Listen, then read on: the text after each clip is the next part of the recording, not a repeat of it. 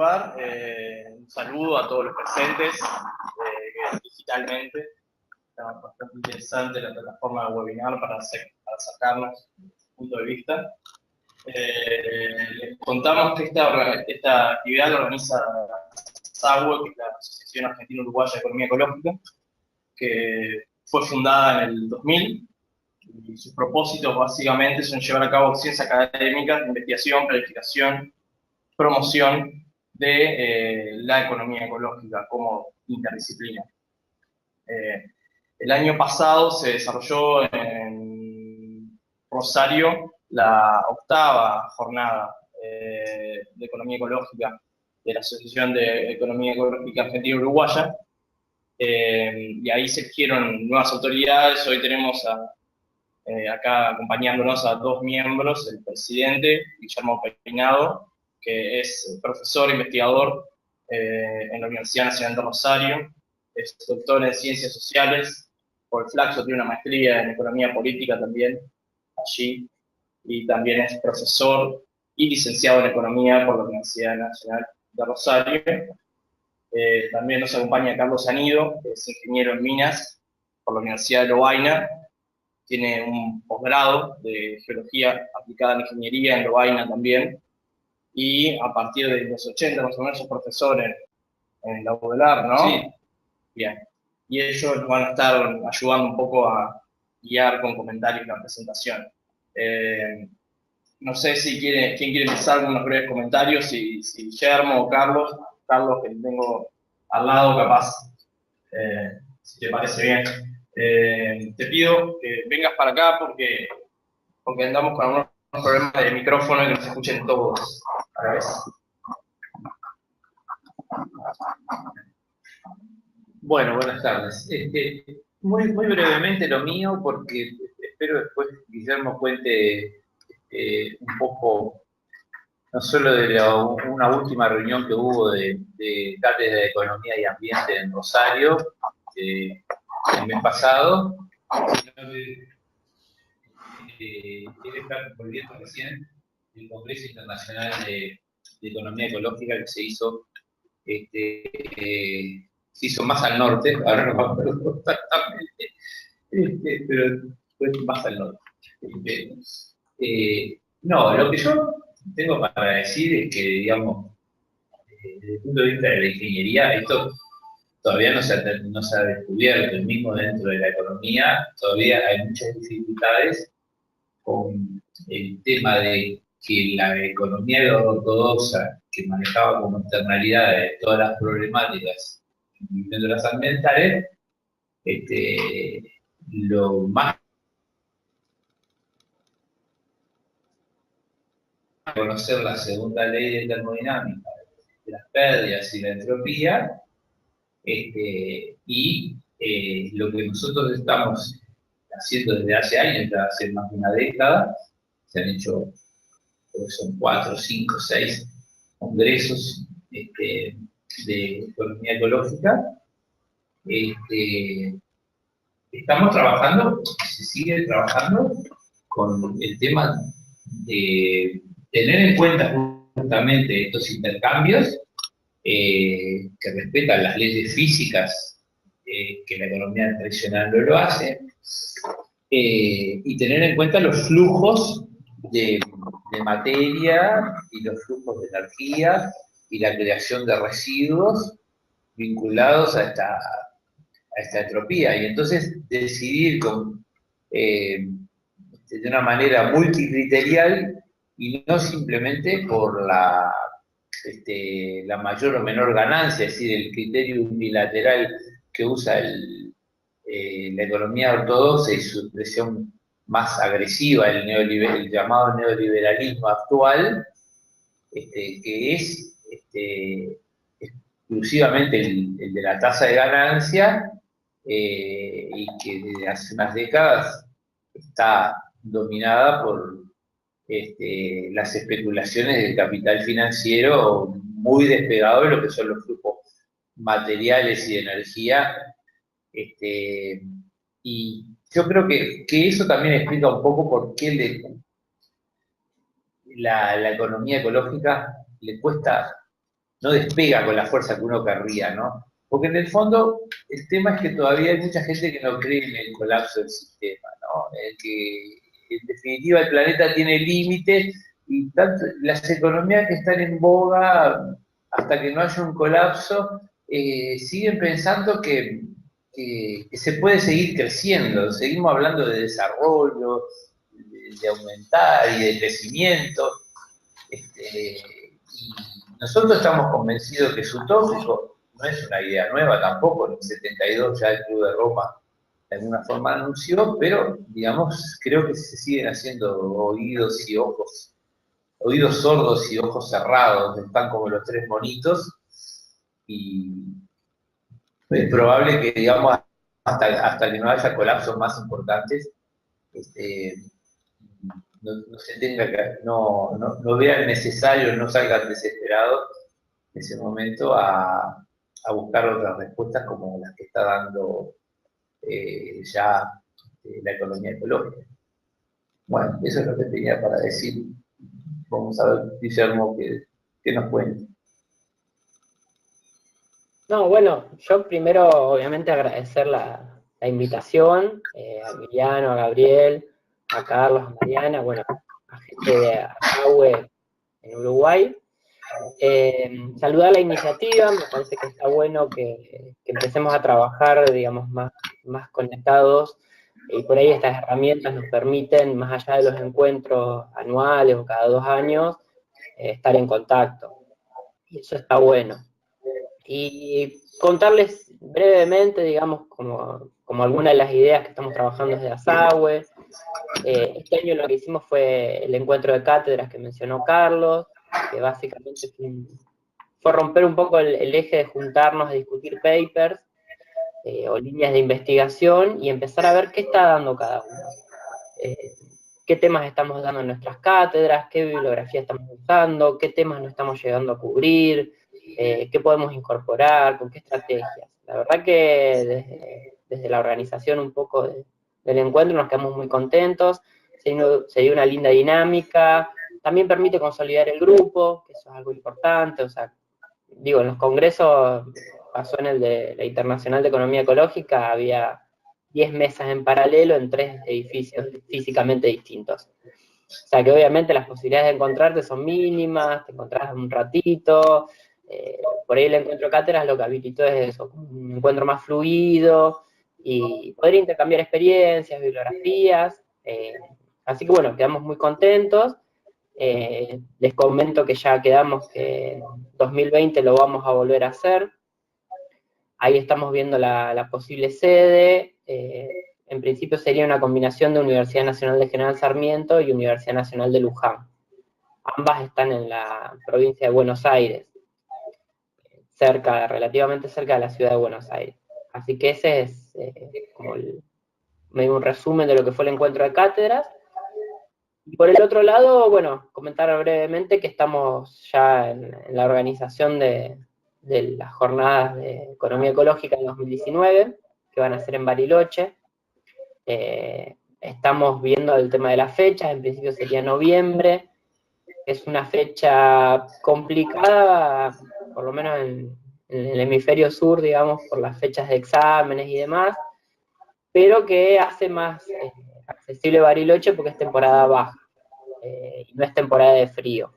Entonces, bueno, estamos trabajando con el grupo allá de Bariloche en esa línea. Así que bueno, ya calculo que en algunos meses ya van a empezar a salir las circulares y demás, y bueno, vamos a estar viendo de repetir un poco la estructura de no solo el congreso, sino también armar como un curso de economía ecológica anterior al congreso, como para difundir un poco la temática, las visiones y los debates dentro de la economía ecológica previo al Congreso. Y por último, bueno, el encuentro internacional que fue en la ciudad de Puebla, México, por eso decía Carlos que fue en un norte, digamos, aunque más sur que norte, que fue hace poquito, del 10 al 12 de septiembre. Bueno, nada, fue la verdad que un congreso muy grande. Creo que lo que tuvo interesante para nosotros es que se salió un poco de la lógica de ir a los países centrales de alguna manera, se pudo hacer en Latinoamérica, se pudo hacer combinado en inglés y en castellano, lo cual permitió también la participación de mucha gente de la región. Así que bueno, la verdad que una experiencia muy interesante, movilizadora, hubo todo un debate bastante interesante propiciado desde la comisión organizadora, de un poco debatir las problemáticas de los pueblos originarios, de los pueblos indígenas, o de las distintas comunidades que atraviesan México, y bueno, tratar un poco como de comprometer a la economía ecológica a salirse un poco del formato académico e involucrarse un poco más en la realidad, y un poco lo que decía Carlos, ver cómo transformar esa realidad, cómo incidir en los debates, cómo discutir con la teoría hegemónica, y en ese sentido me parece que también la presentación de Oscar va a venir por ese lado, digamos, de cómo accionar de alguna manera, cómo pensar estrategias para la acción concreta y no tanto la construcción de papers, cuadros y gráficos. Así que bueno, ese es más o menos el breve resumen en que andamos.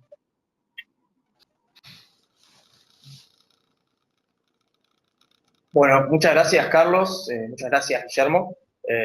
A continuación vamos a dar la presentación central de Óscar Carpintero, que es doctor en Economía y licenciado en Ciencias Económicas y Empresariales. Es docente del Departamento de Economía Aplicada de la Universidad de Valladolid. Publicó más de medio centenar de trabajos académicos, o sea, libros, capítulos de libros, papers, en fin, una cantidad de cosas. Tengo acá el currículum y me cuesta un poco dimensionar. Y lo que es muy interesante es su trabajo dentro del grupo de Energía, Economía y Dinámica de Sistemas de la Universidad de Valladolid, que ahí trabajan con otros colegas, que se enfoca en el estudio de temas ambientales y de implicación personal en la ecología y la cooperación en el desarrollo, que es un tema, la palabra desarrollo es una cuestión siempre muy controversial que supongo que la vamos a tratar ahora dentro de las dinámicas de transiciones. Y bueno, y sin más, les dejo con el doctor Óscar Carpintero. Óscar. Muy bien, pues ¿se me oye bien? Perfecto. Perfecto. Vale. Bueno, pues buenas tardes, buenos días por allí. Bueno, lo primero quería agradecer la oportunidad que me da la Asociación Argentino-Uruguaya de Economía Ecológica de compartir con vosotros y con vosotras este rato en torno a una reflexión, como os ponía ahí, de transiciones socioecológicas y pensar un poco qué principios o estrategias deberíamos de adoptar ante ese desafío, ¿no?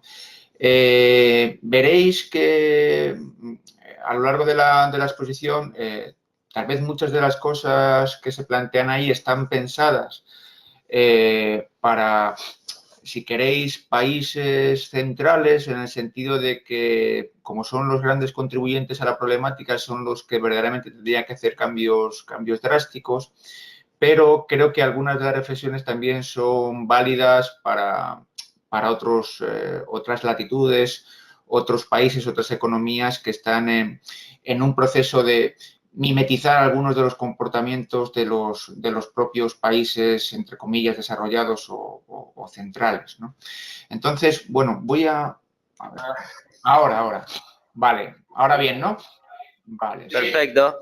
Venga, pues mirad, esta es un poco la estructura que voy a plantear en la intervención, ¿no? Una pequeña introducción poniendo de manifiesto los elementos así de contexto más importantes que nos van a ayudar a avanzar, ¿no?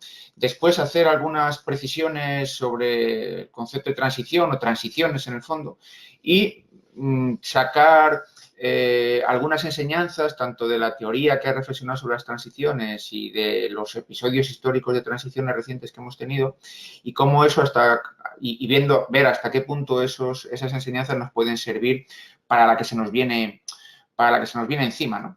Y a partir de ahí, pues, dos epígrafes, uno dedicado a principios, estrategias e instrumentos y otro a las políticas o ámbitos de actuación concretos, ¿no?, que me parece que son importantes poner de relieve porque en cualquiera de los casos o en todos los casos van a ser claves, ¿no?, para avanzar hacia esa transición o cambio de modelo socioeconómico y socioecológico, ¿no? Y terminaré con unas conclusiones. Bueno, como introducción, creo que todos sois conscientes y seguramente que en un ámbito como el de la asociación, una asociación de economía ecológica, pues seguramente que esto no es necesario apuntar mucho. Estamos en un contexto planetario, más allá de la coyuntura de si la crisis dura 5 años o 10 años, en términos planetarios, creo que ya desde hace décadas vivimos en un escenario de múltiples crisis, ¿no? De crisis económica, crisis ecológica y crisis social. Y el sistema económico que utilizamos para satisfacer nuestras necesidades, pues que es el hegemónico, el capitalismo, pues se enfrenta a un doble dilema, ¿no? Si funciona muy bien ese capitalismo, pues ya hemos comprobado que tiene como consecuencia un deterioro ecológico muy notable, da lugar a un desastre ecológico de grandes dimensiones, y si no funciona, pues parece que lo que provoca en muchos territorios es un desastre social, ¿no? En el sentido de que, por ejemplo, pues en Europa y en los países de la OCDE y también en otros territorios, pues cuando hay una crisis y no funciona el capitalismo como algunos quisieran, pues se genera paro, aumenta la pobreza, la desigualdad, etcétera, ¿no? Entonces, ese es el doble dilema al que en general nos enfrentamos. La verdad es que aunque funcione, esto habría que matizarlo, porque aunque funcionase, tampoco eso significa que el desastre social se reduzca, ¿no? Y sobre eso, si queréis, también podemos comentar algo en el debate, ¿no? Bueno, pues en esta tesitura, claro, esto lo que nos obliga es a pensar qué otras formas de organización de la vida social y económica tenemos que poner en marcha para dar cuenta de esos problemas, para enfrentarnos con ese dilema de una manera satisfactoria para la mayoría de la población del mundo y para la mayoría de la población en los respectivos países, ¿no? Entonces, lo que nos encontramos es que cuando hablamos de transiciones, ahora lo explicaré un poco mejor, conviene hablar de transiciones en plural, porque en aquellas iniciativas más o menos planificadas o más o menos orientadas de avanzar hacia otro modelo económico y social, pues nos encontramos con bastante diversidad tanto en el norte global como en el sur, ¿no? Y además con diferentes consecuencias y también con diferentes estrategias, ¿no? Ahí tal vez lo más llamativo es que en este tipo de experiencias o de planteamientos, pues nos encontramos con todo el gradiente, ¿no? Desde la ruptura más o menos radical hacia las transformaciones más o menos graduales o si queréis, de reforma, que pueden ser reformas también, planteamientos reformistas, pero también importantes, ¿no? Bien, precisiones sobre el concepto de transición o sobre las transiciones, ¿no? En primer lugar, creo que es importante desde el punto de vista de la economía ecológica partir de una noción que es la noción de régimen sociometabólico o régimen socioecológico, también lo podéis ver así en la literatura, que es una categoría que nos permite explicar la forma en que interacciona la sociedad con el entorno que le rodea, con la naturaleza que le rodea. En el fondo es ver los mecanismos que tiene un modelo económico y social para intercambiar o abastecerse de recursos, de energía y materiales y excretar o devolver esa transformación en forma de residuos al medio ambiente y a la naturaleza. Entonces, la forma que cobra ese régimen sociometabólico ha ido variando a lo largo de la historia y esto es importante tenerlo en cuenta, porque las variaciones que se han producido en este régimen sociometabólico, es decir, en la forma en que ha interaccionado las sociedades humanas con la naturaleza, han dado lugar a diferentes modelos y, por tanto, a transición entre modelos. Y por eso podemos hablar de transición o transiciones socioecológicas, ¿no? Esas transiciones pueden ser muy amplias de todo el sistema económico o pueden ser transiciones que afecten a sectores en concreto, ¿no? Actividades concretas. Y también pues, pueden ser más o menos espontáneas o estar encauzadas por los poderes públicos, ¿no? Rasgos así muy generales, pues ahora veremos que hay variedad espacial, es decir, que no es lo mismo las transiciones en el norte que en el sur y dentro de los países tampoco. Y en general estas transiciones generan discontinuidad, en el sentido de que los parámetros de consumo, por ejemplo, los parámetros de ocupación territorial del territorio, los parámetros poblacionales se modifican y no es que crezcan de manera continua, regular, sino que hay discontinuidades importantes, hay disrupciones importantes. Entonces, al final, la sostenibilidad, si queremos hablar en esos términos de ese régimen sociometabólico, depende del comportamiento del sistema económico con su entorno. Y lo que observamos ahora es que lo que más o menos domina a nivel planetario, muy claramente, en los últimos 40 años, es la insostenibilidad de ese sistema económico. Insostenibilidad que no evita la posibilidad de hablar de un final pues más o menos catastrófico en términos de colapso del propio sistema debido a esa pertinaz insostenibilidad en la forma en que se relaciona con el entorno, ¿no? Pues hay un librito que conoceréis de un geógrafo estadounidense, Jared Diamond, que ha hecho un relato así interesante de sucesivos colapsos de algunas civilizaciones en la historia de la humanidad en los que se ponía de manifiesto esa insostenibilidad del régimen sociometabólico, es decir, esa insostenibilidad de la relación de las sociedades humanas con el entorno que le llevaba a la desaparición o al colapso, ¿no? Pues ahí hay algunos ejemplos que aporta Diamond, en algún caso pues con más o menos controversia, tampoco es que uno tenga que estar de acuerdo con todo lo que dice en ese libro, pero sí que pone de relieve factores que han contribuido a ese colapso que tiene mucho que ver con la gestión de los recursos naturales y de los residuos que se generan como consecuencia de la producción de bienes y de servicios, ¿no? Deforestación, bueno, ahí veis, ¿no? Algunos casos, ¿no? Y lo más determinante en los últimos decenios tal vez ha sido pues la importancia no solo del propio crecimiento demográfico de la especie humana, sino de la intensidad del consumo de una parte de esa demografía humana que está bastante localizada en los países, si queréis, más ricos, desarrollados, entre comillas, o centrales, ¿no? E indicadores de eso, del impacto de esa civilización industrial, pues hay muchos, ¿no? Pues desde el cambio climático que se ha generado, fenómenos de agotamiento de los recursos fósiles, como el peak oil, bueno, la huella ecológica, es decir, hay varios indicadores que ponen de relieve la gravedad de ese impacto, ¿no? Ahora, bueno, tal vez entre las enseñanzas que la historia y la teoría sobre las transiciones nos proporcionan, esta es una muy importante, y es que las grandes transiciones del sistema socioeconómico en la historia, por ejemplo, la transición desde el modelo de producción cazador-recolector hasta el modelo de sociedades agrarias y de las sociedades agrarias a las sociedades industriales, siempre han implicado históricamente un aumento en el consumo de los recursos, tanto en términos totales como en términos per cápita. Es decir, en cada cambio, en cada transición se ha consumido más energía y materiales que en el modelo o en el modo anterior. Claro, esto, viéndolo a futuro, desde el punto de vista del futuro, es un elemento muy problemático y se ha generado una novedad histórica muy relevante. Y es que si tenemos que transitar hacia otro modelo, si tenemos que protagonizar una transición porque los problemas que nos está generando el actual sistema económico desde el punto de vista ecológico y también social son muy graves y no parece que puedan extenderse mucho más en el tiempo, nos enfrentamos a un problema y a una novedad histórica, y es que en el futuro esta transición que vayamos a hacer a escala planetaria y dentro de cada país se va a enfrentar a un escenario completamente diferente al pasado. Y es que en el futuro lo que vamos a tener son menos disponibilidad de recursos y problemas muy serios por el lado de los residuos. Es decir, para que os hagáis una idea, bueno, ya lo conocéis, ¿no? Pues ya hemos pasado el pico del petróleo, el resto de los combustibles fósiles está muy cercano, tenemos un pico de materiales. Bueno, del pico simplemente que lo que viene a decir es que ya hemos llegado a la máxima tasa de extracción de los petróleos convencionales y entonces a partir de ahora, que eso coincide más o menos con la mitad del recurso total, y entonces ahora lo que nos espera son extracciones decrecientes y de peor calidad.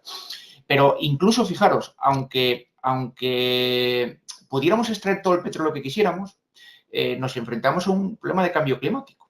Y entonces, simplemente tomarnos en serio, por ejemplo, el compromiso de la Cumbre de París de no incrementar la temperatura media del planeta en más de 1,5 y nunca superar 2 grados desde la época industrial, eso significa, simple y llanamente, no quemar combustibles fósiles. Y si no queremos quemar combustibles fósiles, no tendríamos que extraer esos combustibles fósiles.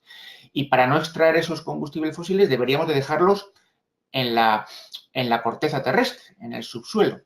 Bueno, pues si nos tomamos en serio ese compromiso, tendríamos que dejar algunos cálculos, yo creo que bastante serios, que se han hecho sobre el asunto.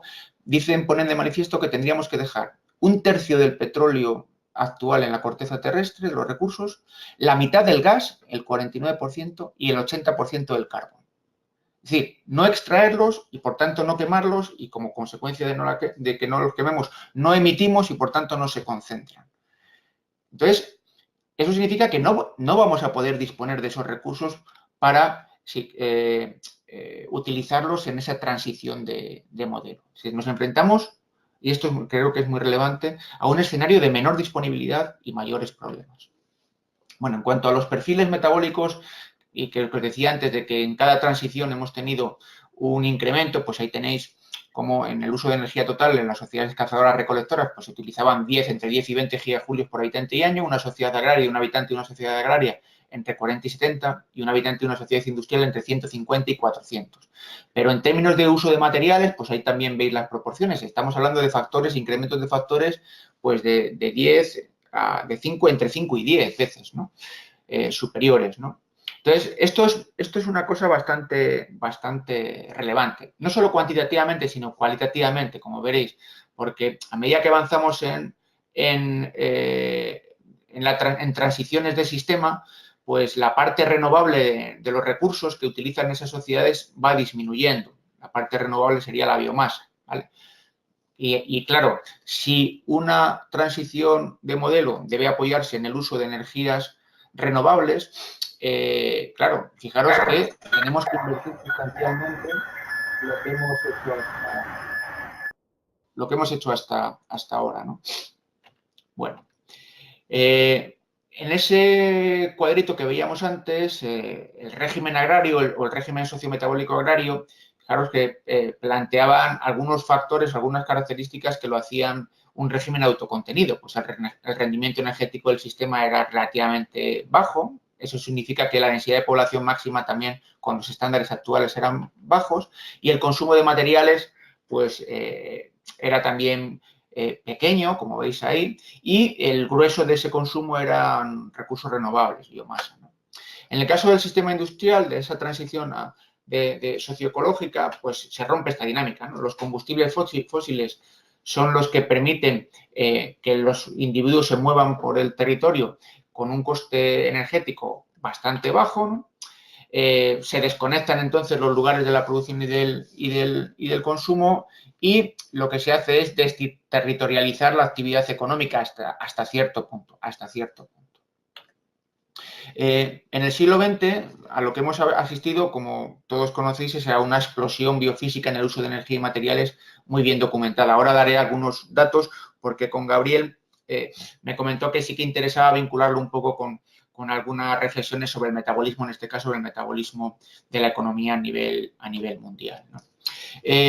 En este siglo XX se producen también, desde el punto de vista de las transiciones, movimientos sincrónicos y asincrónicos, ¿no? Por un lado, ahora veréis que conviven regímenes sociometabólicos diferentes y sistemas diferentes en una misma transición temporal, ¿no? Fijaros, a nivel mundial tenemos sociedades que viven en un régimen urbano industrial y sociedades que viven en un régimen agrario tradicional mayoritariamente, pero dentro de cada país también, a su vez, tenemos territorios, regiones o provincias en las que el sesgo urbano industrial o el sesgo agrario tradicional es también muy elevado, ¿no? Entonces, tenemos múltiples transiciones viviendo en el mismo espacio y a veces en el mismo tiempo, y que son muy diferentes. Ahí tenéis, por ejemplo, los perfiles metabólicos de un conjunto de países del conjunto del mundo, industrializados y en desarrollo, que se plantea a principios del siglo XXI, una investigación muy notable de la gente del Instituto de Viena, de Ecología Social de Viena, ¿no? Pues mirad, ahí tenéis para el mundo las medias de uso de energía y uso de materiales para los países industrializados y para los países, entre comillas, en desarrollo. Y las diferencias, como veis, pues son muy notables. Es decir, que a principios del siglo XXI pues teníamos convivencia de regímenes sociometabólicos y, por tanto, las transiciones son muy diferentes. Bueno, por debajo de eso, en el caso de los países de los países, ahora veréis, de los países sobre todo ricos, de los países centrales, si uno ve qué hay detrás de ese régimen sociometabólico, pues, por ejemplo, esto en general es válido para casi todo ser humano. Si nos centramos en el metabolismo endosomático, es decir, el propio del cuerpo, ¿no? Y vemos lo que necesita un adulto por día, si suponemos que no engorda esa persona, que es un buen supuesto, lo de no engordar es un buen supuesto, entonces todo lo que entra tiene que salir, pues un adulto, como veis ahí, pues exige 2,2 litros de agua, medio kilogramo de alimentos y 0,8 de oxígeno y genera, en términos de residuos, 2,5 litros de agua, 100 gramos de sólidos y residuos gaseosos y otras sustancias en torno a 1 kilo, ¿no? Entonces, esto significa, a ver, no sé si lo veis, conseguís ver, esto significa, pues, en torno a 3,5 kilogramos por habitante y día, 1,3 toneladas al año. Este es el metabolismo endosomático que nos permite mantenernos vivos y crecer. Si esto lo comparamos con entre dos tipos de sociedades, por ejemplo, con el metabolismo socioeconómico, es decir, no solo con lo que necesitamos para vivir y mantenernos vivos y crecer si estamos en edad de crecimiento desde el punto de vista biológico, sino con la energía y los materiales que mueve el sistema que produce los bienes y servicios que utilizamos para mantenernos vivos y crecer, pues vemos que una sociedad agraria tradicional, pues un habitante consume 4 kilogramos de materias primas, 20 litros de agua, 12 kilogramos de oxígeno y genera en términos totales 36 kilogramos de residuos. También suponemos que no engordamos. Entonces, que no acumulamos. En el caso de un habitante de una sociedad industrial, claro, ahí, como veis, las diferencias son muy, muy grandes en cuanto a escala. El agua es el flujo físico más importante que utiliza una economía, más de una tonelada de un habitante de una sociedad industrial, ¿no? Utilizamos 10 veces más oxígeno y aquí, como os podéis imaginar, no es porque tengamos los pulmones más grandes, sino simplemente porque aquí está la quema de combustibles fósiles incorporada y generamos pues 1,3 toneladas de residuos como consecuencia de todo ese movimiento. Aquí hay una cosa muy importante, hay una diferencia muy importante entre estos dos regímenes sociometabólicos, si queréis. La primera diferencia importante es que el habitante de una sociedad agraria de la izquierda articula su modelo de producción y consumo sobre un flujo renovable, energético renovable, que es el sol, la energía solar. Y la segunda característica es que se produce en general un cierre de ciclos de materiales. En los pueblos, en las sociedades agrarias tradicionales, no se generan residuos, no hay contenedores para tirar la basura, porque obviamente todo se aprovecha, ¿no? Bueno, pues esas dos características que en la reflexión sobre la sostenibilidad lo habréis visto muchas veces. Una economía que sea sostenible, ¿qué tiene que cumplir? Pues articularse sobre el flujo energético renovable y cerrar los ciclos de materiales. Bueno, pues eso son dos características que tenían las sociedades agrarias tradicionales, con algunos inconvenientes importantes. No quiero mitificar esto. Pero sí que esas dos características son las que le faltan claramente a la sociedad, al metabolismo industrial, el metabolismo de una sociedad industrial, que como veis ahí, pues se articulan sobre un flujo energético no renovable, los combustibles fósiles, y no cierran ciclos. A nivel mundial, apenas el 6% de los materiales que utilizan la economía a nivel mundial para producir bienes y servicios, apenas el 6% se reciclan en tonelaje.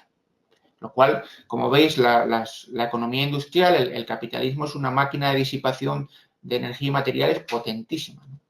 Bueno, en el caso, por ejemplo, español, por daros este dato simplemente de la economía española, si comparáis el metabolismo de la sociedad, de los individuos que viven en España, el metabolismo humano, el endosomático, pues supondrían 53 millones de toneladas al año, es decir, 1,3 toneladas por habitante año, incluyendo el agua, que esto es importante. Bueno, pues si lo comparáis con el metabolismo económico, es decir, con la energía y los materiales que utiliza la sociedad, la economía española, con la industria española, para producir esos bienes y servicios, pues aproximadamente todo el total nos iríamos a 37 toneladas por habitante y año, incluyendo los flujos también ocultos o no valorados. Pero esto sin agua. ¿Qué conclusión cabe sacar de esta comparación? Pues que satisfacer las necesidades biológicas supone apenas el 3% del tonelaje movilizado por la economía española.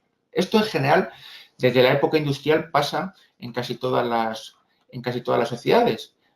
Y siempre tiene que ser más grande la segunda cantidad que la primera. Pero estos porcentajes, es decir, que el 97% esté al margen de lo directamente utilizado por el ser humano, esto introduce un elemento, una novedad muy notable que difícilmente puede ser mantenida a lo largo del espacio y del tiempo indefinidamente, ¿no?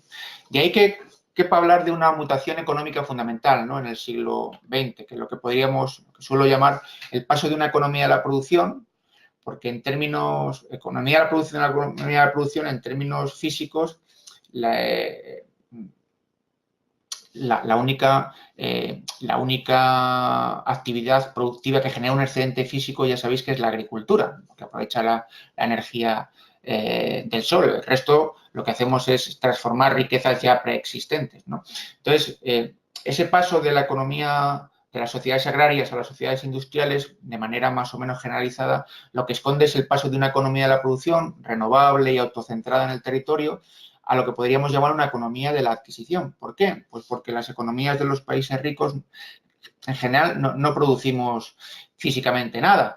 Lo que hacemos es extraer recursos no renovables de la corteza terrestre para energía y materiales, para producir bienes y servicios, que en muchos casos en los países ricos, en los países centrales, se hace con cargo al resto del mundo. Y esas actividades, algunas de esas actividades que antes eran tradicionalmente sostenibles porque se articulaban sobre un flujo de energía renovable y cerraban ciclos, como por ejemplo la agricultura o la ganadería, ya sabéis que ahora la agricultura industrial y la ganadería industrial se han convertido en actividades claramente insostenibles, muy subsidiadas por combustibles fósiles y cada vez más, ya lo sabéis, la metáfora esta de que comemos petróleo, pues es cada vez más cierta y menos metáfora, ¿no? Bueno, esta economía de la adquisición a escala planetaria ha hecho que el ser humano en este metabolismo industrial se ha convertido en una fuerza geológica por la forma en que intervenimos en el territorio. O podríamos decir que somos una rareza, la civilización industrial es una rareza en la historia de la humanidad. ¿Por qué? Pues porque lo que hemos calificado como crecimiento de la producción, es decir, aumento del Producto Interior Bruto, lo que esconde, y ahora lo mostraremos, es un proceso de apropiación y destrucción de riqueza del que hay muy pocos precedentes. Y lo estamos contabilizando como un aumento de la producción cuando en el fondo es una destrucción de riqueza muy notable. Bueno, ejemplos de esa intervención del ser humano sobre el territorio, creo que os voy a poner simplemente dos que son muy significativos. La especie humana movilizamos anualmente para producir bienes y servicios, por ejemplo, 24 veces más cobre del que la naturaleza en los procesos de sedimentación y arrastre, biogeoquímicos de sedimentación y arrastre que se producen diariamente en el mundo, en el planeta, pues nosotros extraemos 24 veces más cobre que todos esos procesos de sedimentación y arrastre, 12 veces más plomo, 9,5 veces más molibdeno, 8 veces más zinc, para producir bienes y servicios, ¿no? Es decir, hemos convertido la Tierra en una gran mina, ¿no? Y la extracción acumulada de algunos de estos metales pues ya supera con mucho las disponibilidades que hay de esos recursos en la corteza terrestre. Hemos extraído ya el mismo cobre que queda en la corteza terrestre, 19 veces más plomo de lo que queda o 23 veces más cobre. En el siglo XX, como decía, esa explosión ha sido muy importante, ¿no? Y ahí tenéis como lo más relevante a partir de los años 50, esto es a nivel mundial, luego ya os podéis imaginar que por zonas es muy diferente, pero a partir de los años 50 esa explosión ha sido muy notable, ¿no? La biomasa es lo que aparece ahí en negro y el resto de recursos no renovables, como veis, pues desde los productos de cantera hasta los combustibles fósiles han ido de la mano, ¿no? Se han prácticamente multiplicado en términos de, como veis ahí, se ha triplicado en términos totales de los años 50. Me interesa mucho en esta diapositiva que veáis, bueno, aquí tenéis los per cápita, pero en la parte de la derecha tenéis los porcentajes.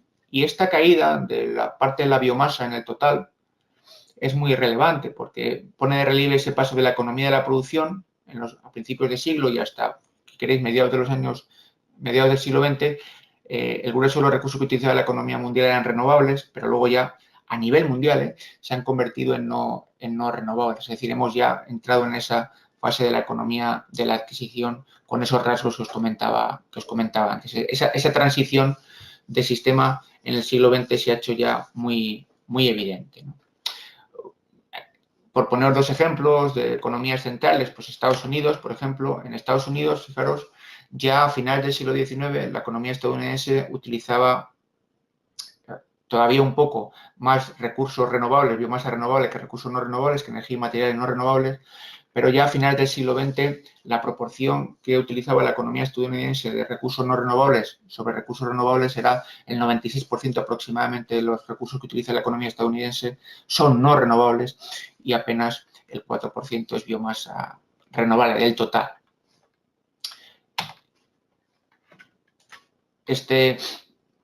Misma tijera la podemos observar para la economía española, donde a partir de los años 60 ya ocurre lo mismo. En la actualidad, una economía como la española pues utiliza aproximadamente el 80% de recursos no renovables y el 20% de recursos renovables para producir bienes y servicios. Claro, recursos que son agotables.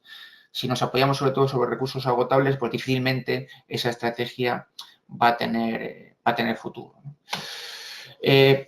Por poner un gráfico que les gusta mucho a los anglosajones, la media de los 4 países, de las 4 economías más importantes, Estados Unidos, bueno, Unión Europea, bueno, metido ahí Japón, las 3 economías más importantes, la media serían 66 toneladas por habitante y año, y entonces eso si lo multiplicáis por el número de individuos del planeta, pues daría lugar a una cantidad de más de 400.000 millones de toneladas que metidas en un tren, pues darían 3.250 vueltas al Ecuador. Claro, pues una barbaridad, ¿no? Pues todos sabemos que efectivamente no vamos a poder generalizar ese modelo de producción y consumo de algunos países, ¿no? Claro, la forma que ha tenido los países ricos de consolidar esa economía de la adquisición han sido 2, ¿no? El comercio internacional y el sistema financiero. Solo voy a dar un par de notas sobre el comercio internacional, no entrar en el sistema, en la forma, en cómo han utilizado los países centrales el sistema financiero para consolidar esa economía de la adquisición. Pero en la actualidad, si vemos el comercio internacional no en términos monetarios, sino en términos físicos, lo que se observa es que los países ricos pueden mantener ese consumo tan elevado de energía y materiales para producir bienes y servicios porque básicamente lo importan del resto del mundo. El resto del mundo son países pues, en desarrollo, como queráis llamarlos, países periféricos y algunos en transición. Bueno, ahí digamos que la nomenclatura es variada. Cada año entran en torno a 2.000 millones de toneladas de energía y materiales en los países ricos, sin los cuales difícilmente podrían mantener su modo de producción y consumo. En cambio, en términos monetarios, el comercio que se refleja es un comercio básicamente entre países ricos. Y esto lo sabéis, si queréis luego podemos incidir un poco en ello, pero básicamente si no analizamos los flujos metabólicos incorporados en el comercio internacional, nos estamos perdiendo la mitad de la película. Y llevamos perdiéndonos la mitad de la película décadas. Ahí tenéis, por ejemplo, un dato, una transparencia un poco cutre, podría decir un poco ahí, muy vieja, ¿no? Estos son los flujos de petróleo a nivel mundial en el año 97. Esto es una transparencia de BP, de British Petroleum. Y aquí lo que se ve claramente, ¿no?, es cómo los lugares de extracción no coinciden con los lugares de consumo, ¿no? El consumo básico es Europa, Estados Unidos y esto que veis aquí, ¿no?, que es Japón y los países del sudeste asiático, ¿no? Los países del sudeste asiático, los dragones, ya a finales de los años 90 se habían convertido en la tercera zona receptora de petróleo a nivel mundial. En Latinoamérica sabéis que los países del sudeste asiático durante un tiempo se propusieron como estrategia exitosa para que América Latina y África los imitaran y pudieran ascender en esa escalera hacia el tan deseado desarrollo, ¿no? Claro, a nadie parece que se le ocurrió echar una cuenta elemental. Es decir, ¿de dónde íbamos a sacar el petróleo para que América Latina y África siguieran esa estrategia tan intensiva y consumidora de energía como la de los dragones del sudeste asiático, sin tocar el consumo, obviamente, del resto de los países, por ejemplo, de los países ricos o desarrollados? Claro, eso ni siquiera se planteaba. Bueno, pues esta misma transparencia, luego ya British Petroleum la empezó a dar en colorines, ¿no? Y aunque dice lo mismo, pues ya veis que ahí es una cosa mucho más friendly, ¿no? Así, incluso en verde, son las flechas en verde, ¿no? Bueno, yo creo que está el color aquí, en fin, no sé si da más, la información es la misma, pero no sé si se ve mejor. Y luego ya de las últimas versiones de este mismo mapa, pues ya veis que ya ni siquiera está la flecha escala, parece un panel eléctrico, ¿no? Y esto pone de relieve, ¿no?, que a veces el blanco y negro pues es mucho mejor que el color, ¿no? Porque la primera transparencia era mucho más reveladora, ¿no? Bueno, una vez visto un poco esto, y en el que he intentado un poco vincular por indicación de Gabriel algunas cosas de las transiciones con el sustrato metabólico que tiene esto a nivel mundial, una enseñanza también importante de los procesos de transición es que en estas transiciones entre las sociedades, sobre todo de la agraria a la industrial, y dentro de la propia evolución del régimen sociometabólico industrial, se producen fenómenos que, lejos de reducir el consumo de recursos, lo aumentan, ¿no? No sé si conocéis el efecto rebote, ¿lo conocéis? El efecto rebote es un efecto que tiene una contraindicación que tiene el progreso tecnológico en las economías capitalistas. Y es que, por ejemplo, en el caso de un coche, pues ahora mismo los coches ya sabéis que consumen menos litros por 100 kilómetros recorridos de lo que consumían pues hace 20 o 30 años, no sé allí, ¿no? Pero pues, como en todos los sitios, ¿no? Pues aquí ahora un coche pues, puede gastar 6 litros por 100 kilómetros, ¿no? Pero hace 15 o 20 años pues gastaba 10 o 15, ¿no? Entonces, efectivamente, se ha producido una ganancia en eficiencia, ¿no? Se pueden recorrer más kilómetros utilizando menos combustible. Pero entre medias, ¿qué ha ocurrido? Pues que se han duplicado el número de coches y se ha triplicado el número de kilómetros recorridos por parte de la gente, con lo cual, al final, ese progreso tecnológico, esa ganancia de eficiencia en los motores, pues se han saldado con mayores incrementos en el consumo de energía. Y ese efecto rebote pues, se ha puesto de relieve en muchos ámbitos, ¿no? Por ejemplo, cuando aparecen progresos tecnológicos o nuevos aparatos que se supone que van a sustituir a otros, pues al final acaban complementándolos. Fijaros en los teléfonos móviles. Se dijo, bueno, los teléfonos móviles son mucho más manejables, más pequeños, van a acabar sustituyendo los teléfonos fijos. Pues bueno, pues en muchos países y en concreto, por ejemplo, en España, pues sigue habiendo 20 millones de teléfonos fijos y a eso se ha sumado pues 50 y pico millones de teléfonos móviles. Es decir, que muchas veces el progreso tecnológico no tiene como consecuencia una reducción en el consumo de energía y materiales, sino que gracias a este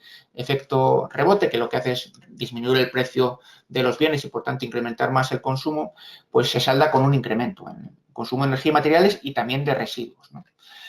Y luego estaría una sugerencia preocupante de Joseph Tainter que pone en relieve el coste ecológico del aumento de la complejidad en las sociedades, que ahora veremos, ahora os comentaré.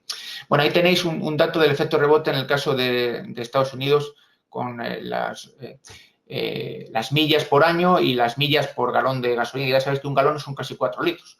Bueno, pues ahí veis cómo ese efecto rebote, es decir, la mejora en los motores desde los años 70 y en las prestaciones de los coches y en la eficiencia en el consumo de combustible por parte de los coches, pues no se ha saldado en un menor consumo de combustible ni de kilómetros recorridos, ¿no? Bueno, la sugerencia de Tainter, os la pongo un poco aquí, viene a decir algo así como el desarrollo de la complejidad es una paradoja en la historia humana, ¿no? Durante 12.000 años hemos desarrollado tecnologías, economías e instituciones sociales que han costado más trabajo, tiempo, dinero, energía y molestias, lo que va en contra de nuestra aversión hacia tales costes. ¿Por qué entonces las sociedades humanas se fueron haciendo cada vez más complejas? Bueno, esa es una buena pregunta que si queréis luego podemos profundizar en ella.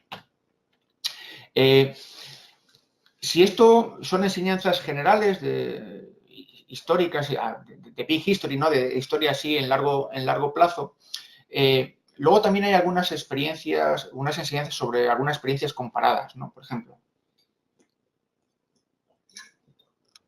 fijaros que durante toda la primera mitad del siglo XX y una parte de la segunda mitad, lo que siempre se planteaba era que el sistema, el socialismo, lo que se llamó el socialismo real de la Unión Soviética, iba a salir triunfante y lo que algunos pronosticaban era que el capitalismo, o querían era que el capitalismo transitara hacia otro modelo, es decir, más basado o apareciéndose cada vez más al socialismo, ¿no? Bueno, al final lo que nos hemos encontrado es un poco con lo contrario, ¿no? Que los que han transitado han sido los viejos países, los antiguos países socialistas, del socialismo real, entre comillas, hacia un capitalismo neoliberal completamente asalvajado, ¿no? Entonces, bueno, pues esto es una ironía también de la historia, ¿no? En cualquier caso, la experiencia comparada de estos dos sistemas que han convivido durante mucho tiempo y que se planteaban como sistemas diferentes, pues arroja algunas enseñanzas interesantes. Voy a ir un poco rápido. La primera es la ironía esta que os comentaba, ¿no? Que los que iban a transitar al final se vieron transitados, ¿no? Y lo contrario, ¿no?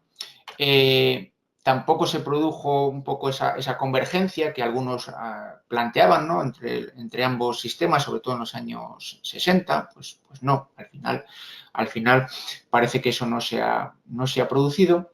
Y en el debate sobre las posibilidades del socialismo, pues también esos debates arrojaron algunas enseñanzas interesantes para lo que luego voy a decir, ¿no? de cómo podríamos transitar, ¿no? Bueno, en primer lugar, conviene decir que un sistema planificado es un sistema planificado incluso centralmente, es un sistema teóricamente factible, ¿no? Y como consecuencia de los avances en la informática y la hipótesis esta computacional, pues muchas de las cosas que se decían que no podía hacer ese sistema económico, porque solo podía hacer el capitalismo, la economía de mercado, porque era el único sistema capaz de centralizar, de aportar toda la información relevante para consumidores y productores, y eso no lo podía hacer ninguna máquina. Bueno, pues eso incluso aunque ahora ya se podrían simular sistemas con capacidad de cálculo para hacer todo ese tipo de operaciones, ¿no? Pero bueno, esto no es lo que más me interesa. Luego hay dificultades prácticas, ¿no? Con problemas de incentivos en lo que se han llamado las economías planificadas centralmente, ¿no? De incentivos que no conviene no despreciar, ¿no? Lo que sí que es cierto es que una característica una crítica que se hacía a las economías del socialismo real, centralmente planificadas, era que eran muy ineficientes. Bueno, ineficientes y muy ineficientes son los dos sistemas económicos. Podía ser el socialismo y desde luego lo es el capitalismo. Fijaros que una parte muy importante de los recursos en el sistema capitalista no se asignan por mérito y capacidad, sino que se asignan a través de un mecanismo que es el de las herencias, que no tiene nada que ver ni con las capacidades ni con los méritos de las personas. Y eso condiciona mucho la posición que ocupan esas personas simplemente porque son hijos de, y no porque sean muy capaces. Entonces, este es un mecanismo de asignación de recursos en el capitalismo muy relevante que es, básicamente ineficiente con cualquier parámetro o con cualquier indicador de la economía más convencional que queráis utilizar, ¿no? Y luego, bueno, pues efectivamente una enseñanza importante para lo que luego comentaré al final es que seguramente tenemos que huir de hipótesis extremas sobre la naturaleza de los individuos. Ni todos somos ángeles ni altruistas, ni todos somos egoístas y homo económicos ahí a lo bestia.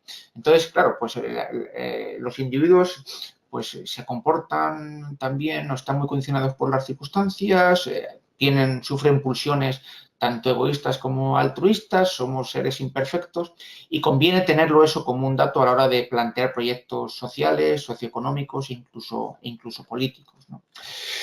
Creo que también estos debates han puesto de relieve la importancia de establecer contabilidad no solo en términos monetarios, sino contabilidad in natura, es decir, contabilidad en especie.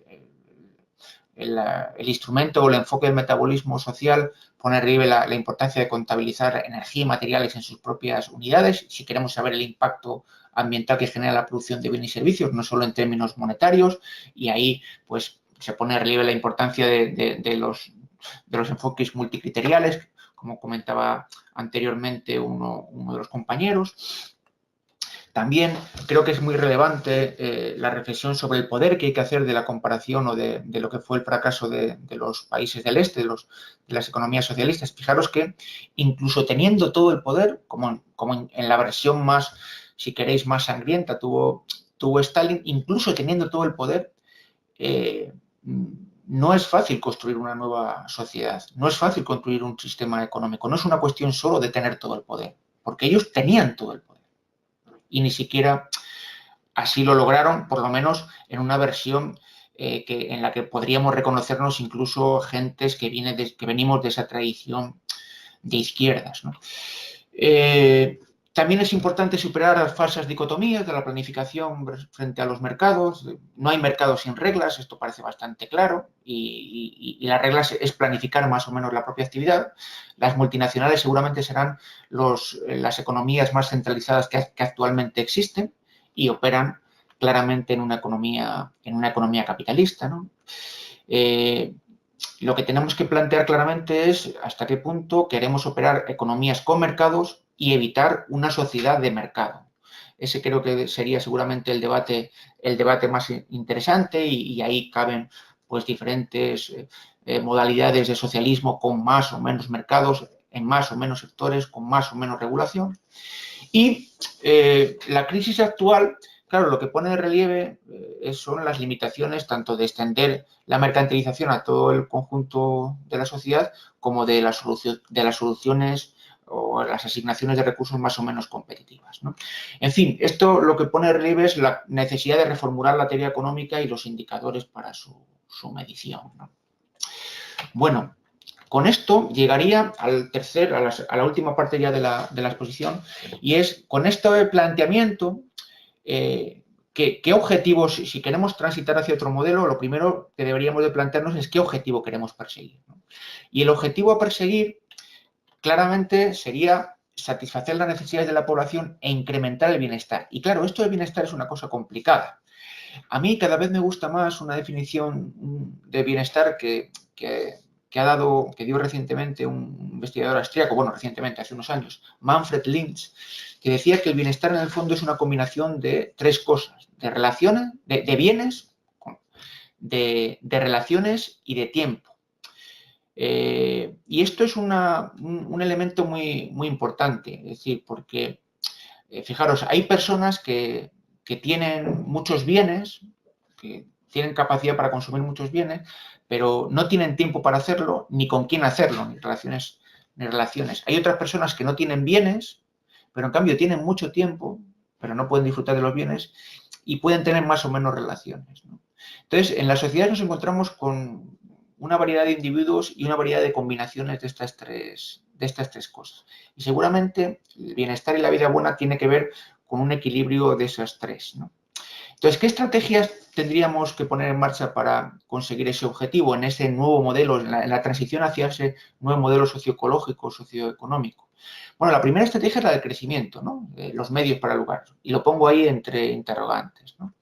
Claro, lo pongo entre interrogantes porque, fijaros, el crecimiento no es una buena estrategia. ¿Por qué? Porque el crecimiento aumenta los bienes y servicios, pero para aumentar esos bienes y servicios eso implica trabajar más, dedicar al ámbito laboral una parte mayor de la vida de las sociedades y, por tanto, disminuye el tiempo para disfrutar de esos bienes y para disfrutar de las relaciones humanas que se establecen también incluso en el consumo de esos bienes. Es decir, que el crecimiento no es una buena estrategia para lo que queremos. Y seguir aumentando el crecimiento, pues, insisto, el crecimiento más allá de haber satisfecho necesidades básicas elementales, pues no es una buena estrategia. Claramente, una parte de la humanidad en estos términos está claramente sobredesarrollada o con sobrecrecimiento, ¿no?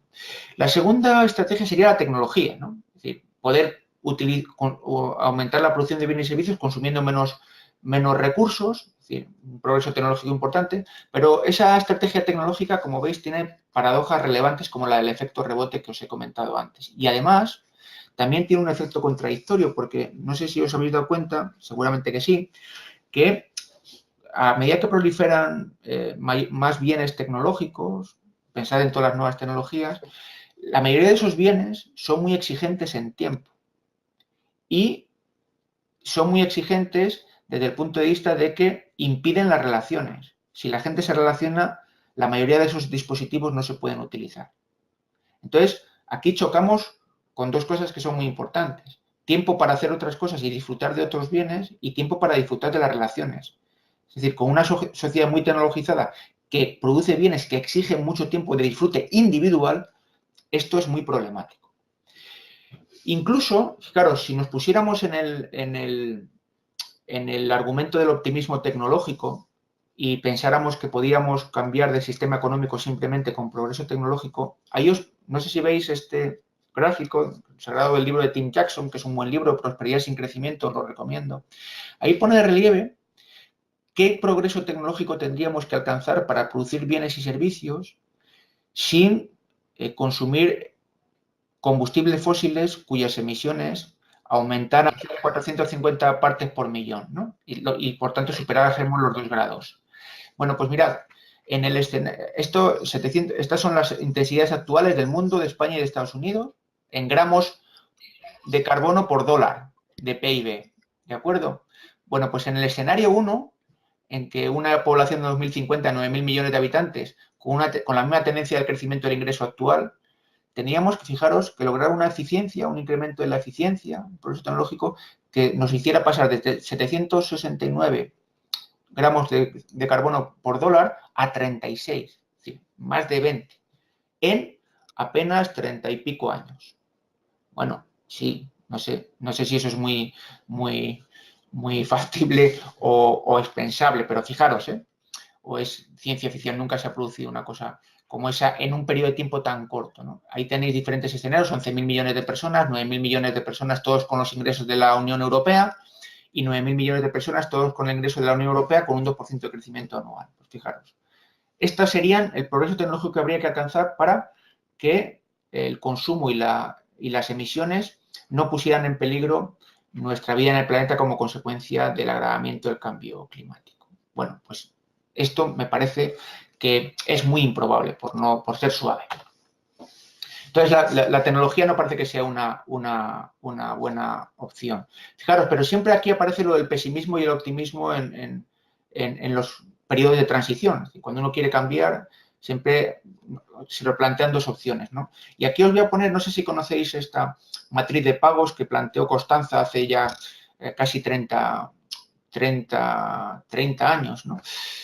Fijaros que si nos planteamos una política basada en el optimismo y en el futuro encontramos la piedra filosofal tecnológica, pues no pasa nada porque podemos seguir planteando las mismas políticas, aumento de la producción de bienes y servicios, consumo de combustibles fósiles, etcétera, porque como vamos a encontrar la solución, entonces, si los optimistas finalmente tienen razón, pues el resultado será perfecto, ¿no? Y por tanto, el bienestar será muy alto, ¿no?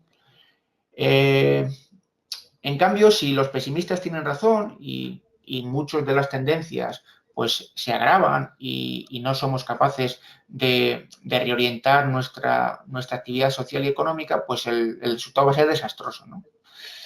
Si adoptamos una política basada en el pesimismo y en cambio los optimistas tienen razón, pues bueno, el resultado será moderado porque en cualquier caso habremos un poco previsto, digamos, bueno, nos beneficiaremos de las nuevas posibilidades y es mucho mejor siempre adaptarse a nuevas posibilidades que son de mejora que no prescindir de, entre comillas, privilegios que ya se habían disfrutado, ¿no? Y en cambio, si los pesimistas tienen razón, pues el resultado será bastante razonable porque habremos anticipado el peor de los escenarios, ¿no?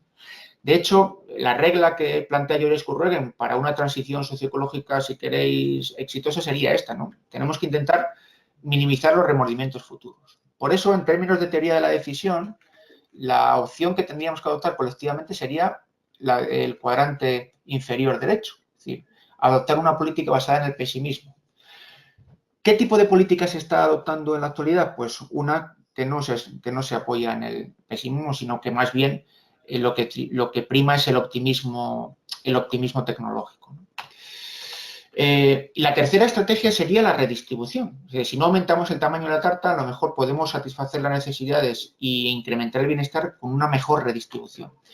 Y la redistribución claramente es la mejor opción porque distribuye bienes entre aquellos que no tienen ni siquiera tiempo ni relaciones para disfrutarlo, con aquellos que no lo tienen, libera tiempo para que aquellos que no tienen tiempo no tengan que dedicarlo a la producción de bienes y puedan disfrutar de esos bienes y de las relaciones, y sin duda fomenta las relaciones. Es decir, la redistribución sería aquella estrategia que cumple los 3 requisitos que hemos dicho que formarían parte de ese bienestar de las personas, ¿no?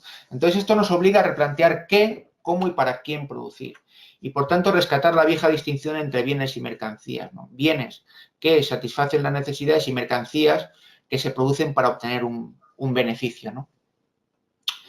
¿Qué principios debería tener este modelo de transición? ¿O sobre qué principios debería articularse? Pues el primer principio sería claramente el que comentábamos antes, ¿no? Renovabilidad en las fuentes energéticas. Segundo, cierre de ciclos de los materiales, ¿no?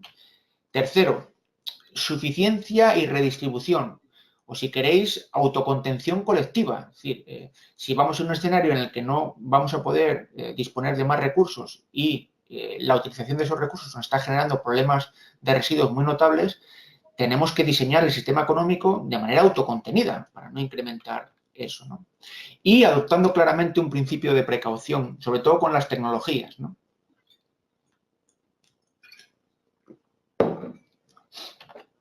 Es decir, que habría como principios técnicos de cómo hacer las cosas y luego un principio de prudencia, ¿no? Bastante claro, ¿no?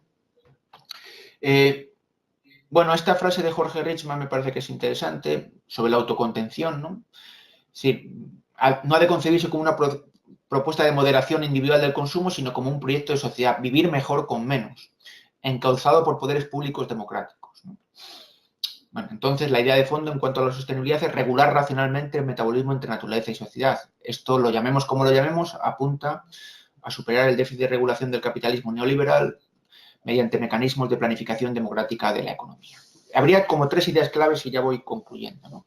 La idea de límites, en esta transición habría que incorporar esas 3 ideas. Límites o sostenibilidad, igualdad. Claramente las sociedades con mayor nivel de igualdad disfrutan de mayor bienestar prácticamente desde cualquier perspectiva que os imaginéis y cómo lo queráis medir. Y el tercer idea clave es la clave de democracia, la idea de democracia económica. Voy a apuntar brevemente algunos aspectos de esto, ¿no? ¿Cómo plasmamos esas ideas en políticas? Bueno, pues en primer lugar, un elemento de política y ámbitos de actuación concretos nos tiene que hacer reflexionar sobre la necesidad de la planificación con objetivos muy claros, ¿no? Claro, si el objetivo ya no es aumentar el PIB, la producción de bienes y servicios, sino satisfacer necesidades y el bienestar, tenemos que cambiar las prioridades, ¿no? Y, en primer lugar, creo que se puede decir claramente que si el PIB, y esto creo que sea necesario extenderme, es un mal indicador de bienestar, es un mal indicador desde muchos puntos de vista, incluso para la propia medición de la actividad económica. Creo que desde el punto de vista del objetivo de política económica, como no cumple esos requisitos, podemos perfectamente prescindir de él. Podemos utilizarlo como un indicador para cuantificar la actividad de producción, pero nunca podrá ser un objetivo sensato de política económica, es decir, un objetivo a maximizar, por ejemplo. Porque, como te decía antes, no cumple los requisitos, es un mal indicador desde el punto de vista social y es un mal indicador desde el punto de vista ambiental también. Entonces, si en vez de fijarnos en el PIB, nos fijáramos en otras metas, como sociedad y como economía, por ejemplo, de reducción del deterioro ecológico y de reducción de la desigualdad, a lo mejor los indicadores que tendrían que formar parte del menú de indicadores de política económica serían, por ejemplo, reducir la huella ecológica o los requerimientos totales de materiales, reducir el índice de Gini, ¿no? O el ratio 80-20 y, por ejemplo, mantener un suelo de gasto social imprescindible para la satisfacción de las necesidades de la población. Claro, si los objetivos y los indicadores son estos, los resultados son muy diferentes. Pensad en cualquier sociedad que se plantea ahora mismo que el objetivo de la política económica sea aumentar la producción de bienes y servicios y compararlo con una sociedad cuya política económica tuviera como objetivos la reducción de la huella ecológica, la reducción de las desigualdades, el índice de Gini o el mantenimiento de un suelo de gasto social. Combinar ambas cosas se parecería un poco, por ejemplo, a esto que veis aquí, el cuadrado mágico de la sostenibilidad. Si combináis desarrollo humano y huella ecológica, y un país justo, con alto bienestar humano, alto índice de bienestar humano, el medido por índice de desarrollo humano y una baja huella impacto ambiental, pues ahí veis que la primera vez que se hizo esto del cuadrado de la sostenibilidad, el único que salía bien parado era Cuba. Luego ya, como salió esto, ya dejó de hacerse, o por lo menos dejó de publicarse o publicitarse tanto como se había publicitado previamente. Bueno, con esto seguramente que podemos discutir y tampoco hay que hacer un fetiche de esto, pero pone de relieve bastante bien las cosas que nos jugamos cuando medimos de una manera o medimos de otra, ¿no? Bueno, dentro de esta planificación tendríamos que plantear, claro, planes económicos generales y sectoriales con el fomento de reducción del uso de recursos, políticas de demanda, ahorro y eficiencia en el uso de agua, energía y materiales, política general de incentivos y penalizaciones, planificar los tiempos de trabajo, política de tiempos de trabajo, no solo del empleo remunerado, sino del conjunto del trabajo social, donde el trabajo de cuidados que realizan fundamentalmente, y por desgracia las mujeres, porque está muy mal distribuido, es clave, ¿no? Y también plantear un sistema de información acorde con esas prioridades, ¿no? Claramente cada uno de los países que participara de esta estrategia tendría que contribuir activamente a que se avanzara en esta dirección en los foros internacionales, ¿no? Políticas económicas distintas, pues creo que sería muy interesante avanzar hacia una economía en contra de lo que se viene sosteniendo en los países ricos y también yo creo que en los países periféricos. Deberíamos de avanzar a una economía de baja productividad, y pongo la productividad entre comillas. Fijaros que desde el punto de vista del bienestar, si renunciamos a maximizar el PIB, entonces ya no es necesario aumentar la productividad, es decir, generar más producción utilizando cada vez menos trabajo, menos empleo y, por tanto, esa paradoja de que el progreso técnico pues, puede generar a corto o medio plazo desempleo y, por tanto, deterioro social, pues ya no es relevante. Es decir, no tenemos que ser, entre comillas, más productivos en ese sentido restringido y, por tanto, conviene revalorizar actividades que tradicionalmente se califican como de baja productividad, o lo que Tim Jackson llama economía cenicienta, pero que, en cambio, contribuye mucho más al bienestar social. Por ejemplo, las actividades relacionadas con servicios públicos de educación, sanidad, servicios sociales, desde el punto de vista convencional, son actividades que tienen poca productividad, son poco productivas desde el punto de vista de la economía convencional, pero en cambio su impacto sobre el bienestar social de la población es mucho mayor. Y como lo que nos interesa es eso, pues seguramente la transición hacia un nuevo modelo tiene que poner en el centro este tipo de actividades, aunque medidas convencionalmente aparezcan como, entre comillas, de baja productividad. ¿Y por qué de baja productividad? Pues porque dependen del tiempo y la calidad en la atención. Claro, es absurdo aumentar la productividad en este tipo de actividades. Claro que un cirujano sería mucho más productivo si en vez de hacer 2 operaciones o 3 operaciones al día, hiciera 15. Pero seguramente que si les preguntamos a los pacientes, pues no les gustaría que ese cirujano fuera tan productivo. O que en los colegios, en vez de tener 20 o 30 alumnos por clase, tuviéramos 60 en la educación primaria y secundaria. Pues claro que un mismo profesor daría un servicio a muchos más alumnos, pero seguramente la calidad sería y el bienestar de esos alumnos sería muy inferior a si son menos, ¿no? Entonces, en el caso de estas actividades de baja productividad, es absurdo plantear un incremento de la productividad porque se saldan con pérdidas en la calidad y, por tanto, menor bienestar. Pero para hacer este razonamiento tenemos que derribar de su pedestal al Producto Interior Bruto como objetivo de política económica. Esto tendría 2 ventajas. Primero, reduciríamos la desigualdad en recursos y en capacidad del conjunto de la población porque la mayoría de esas actividades se prestarían con independencia del nivel de renta como servicios públicos fundamentales y además suelen ser actividades menos intensivas en recursos naturales y en residuos y también bajas en emisiones de carbono, con lo cual tendría un impacto positivo, ¿no? Claro, si nos tomamos en serio este razonamiento, tendríamos que hacer caso a lo que en su día planteaba Albert Recio, que es un economista laboral español muy relevante y muy lúcido, ¿no? Él decía que lo que nos pasa tiene que ver con esto, ¿no? El planteamiento según el cual hay que expandir siempre la producción para garantizar el empleo parece un sinsentido visto desde una óptica diferente. Presupone que cualquier sociedad debe siempre estar buscando más cosas que producir y hacer para estar siempre ocupados. De hecho, cuando pasamos de economías capitalistas a otras formas de producción social, las cosas son al revés. Este es el caso de la mayor parte de las economías domésticas. En ellas, lo primero que se define es cuáles son las necesidades a cubrir y después se organiza la actividad para cubrirlas. Lo normal es que sea el ritmo de las necesidades el que determine la carga de trabajo. En cambio, el modelo dominante nos propone que siempre hay que aumentar el nivel de producción, siempre hay que buscar nuevas tareas para que no decaiga el empleo. Un modelo verdaderamente obsesivo. Esto me parece que es clave o que debería ser clave. Y luego en las políticas sectoriales, ya termino, habría que plantear en 3 ámbitos, ¿no? En el de la sostenibilidad de los límites, el de la igualdad y el de la democracia económica. Y aquí sabemos cómo hacer bastantes cosas y cómo no hacer algunas, ¿no? Los pongo así para que veáis. En el ámbito de la sostenibilidad, creo que, en primer lugar, tenemos en todas las sociedades un margen muy importante para reducir el despilfarro.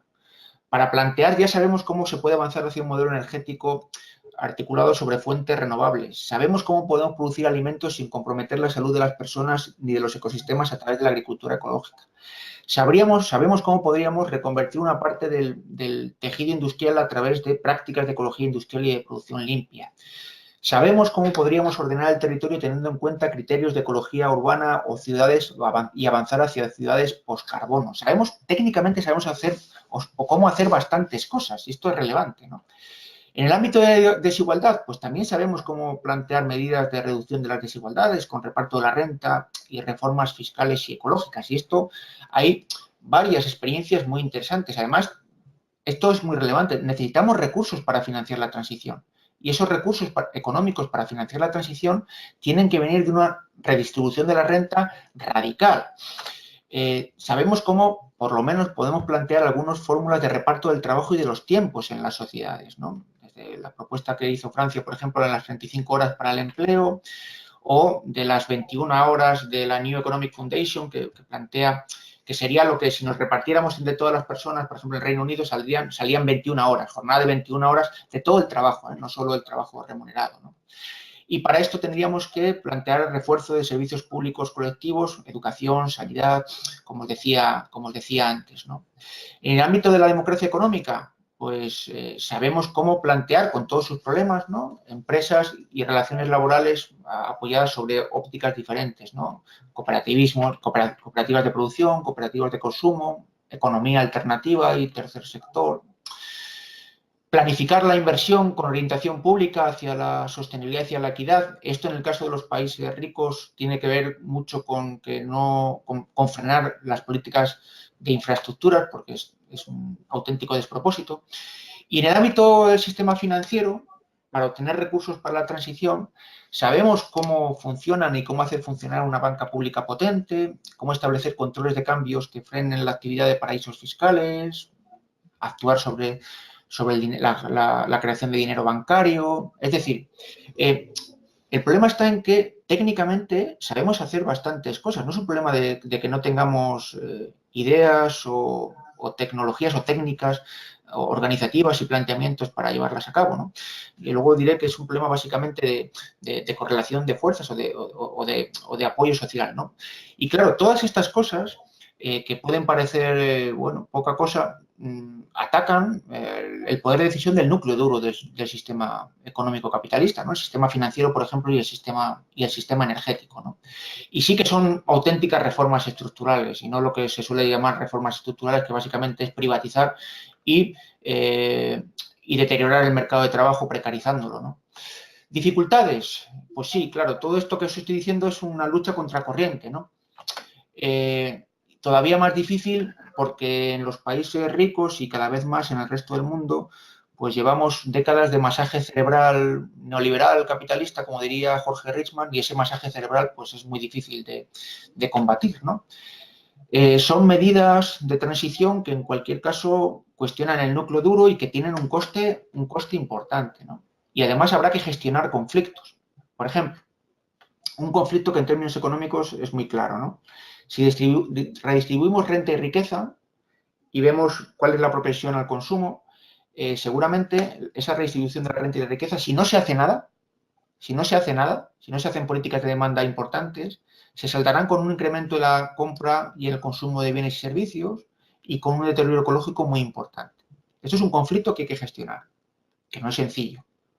No tenemos que ponernos tampoco una venda en los ojos, ¿no? También tenemos que asumir la naturaleza humana, es decir, que los humanos nos equivocamos en los cálculos, en las previsiones, somos muy contradictorios cuando tomamos decisiones individuales y cuando tomamos decisiones colectivas, y tenemos una naturaleza frágil y débil, y eso cuando se plantea una tarea como es esta, muy radical, de transitar hacia otro sistema económico a varias escalas, de país, pero también a nivel mundial, conviene tenerlo presente, no pensar en que ni que todos somos ángeles, ni que efectivamente todos somos demonios, ¿no? Y tener muy presente una advertencia que hacía Pasolini en los años 70 y que aquí en España pues recordaba Paco Fernández Buey, que falleció recientemente y que fue un filósofo marxista muy importante y al que yo le tenía mucho cariño y mucho aprecio, que Paco Fernández Buey recordaba la advertencia de Pasolini, de que Pasolini decía que la burguesía no es tanto una clase social como una enfermedad, y es una enfermedad muy contagiosa, tanto que suele contagiar a aquellos que luchan contra la propia burguesía, ¿no? Aquellos a los que luchan contra ella. Entonces, como es una enfermedad muy contagiosa, pues en estos procesos de transición conviene tener en cuenta que existe ese riesgo de contagio y seguramente habrá que poner los medios para minimizarlo, ¿no? En cambio, y ya esta es la última transparencia, creo que hay elementos a favor, ¿no? Y el primero es el fracaso económico, ecológico y social que pone de relieve el capitalismo en las últimas décadas y que hace que seguramente es inviable que en el futuro se pueda reproducir de la misma manera que en el pasado. Entonces, el cambio es seguro y debemos orientar la transición. Entonces, aquí uno de los elementos fundamentales es que las propuestas que hagamos para generar ese cambio, para orientar ese cambio, sean técnicamente factibles, posibles. Y esas propuestas técnicamente factibles y posibles existen. No es un problema de que lo que se proponga es una quimera, sino que, como pues ponía antes de relieve, la mayoría de las medidas en varios ámbitos se pueden hacer o sabemos por lo menos cómo poder ponerlas en marcha, ¿no? Esas verdaderas reformas estructurales, ¿no? Y para ponerlas en marcha creo que es importante también recuperar viejas enseñanzas de los antiguos maestros y enriquecerlas con nuevas razones y con nuevos argumentos. Es decir, partir de la base de que no estamos solos, de que no es una cosa que se nos ha ocurrido ahora a nuestra generación, no. Hay importantes hallazgos de viejas luchas y de viejos planteamientos que son muy fértiles en la actualidad, ¿no? Y me atrevería a decir que un paso muy importante sería tomarnos en serio el eliminar las estupideces en nuestros planteamientos. Es decir, a veces hay políticas que en la actualidad se llevan a cabo desde una perspectiva convencional o para defensa del statu quo capitalista, que son estúpidas porque tanto desde el punto de vista económico, como desde el punto de vista social, como desde el punto de vista ambiental, son la peor alternativa. Entonces, cuando en términos de teoría de la decisión tú optas por una estrategia que es la peor desde todos los puntos de vista, esas estrategias se llaman estupideces y no habría que hacerlas. Entonces, hacemos muchas estupideces cuando planteamos proyectos en la actualidad en el ámbito energético, opciones energéticas, cuando planteamos opciones de gestión del territorio, opciones agrarias de producción de alimentos. Es que, claro, la agricultura, por ejemplo, industrial es lo peor desde el punto de vista económico, porque sin subsidios eso no funciona, y lo peor desde el punto de vista ambiental y desde el punto de vista social, pues genera fenómenos de despoblación y desigualdad en el ámbito rural muy notable. Entonces, esa es una estupidez, una política estúpida clara, ¿no? Frente a la alternativa de por ejemplo, la agricultura ecológica, ¿no? Entonces, de esas hay muchas en la actualidad. Si fuéramos capaces de eliminar las estupideces, avanzaríamos notablemente, ¿no? Y nada más, muchas gracias a todos por vuestra atención. Me he extendido más de lo que pensaba. Perdonad. Bueno, muchas gracias a ti, Oscar.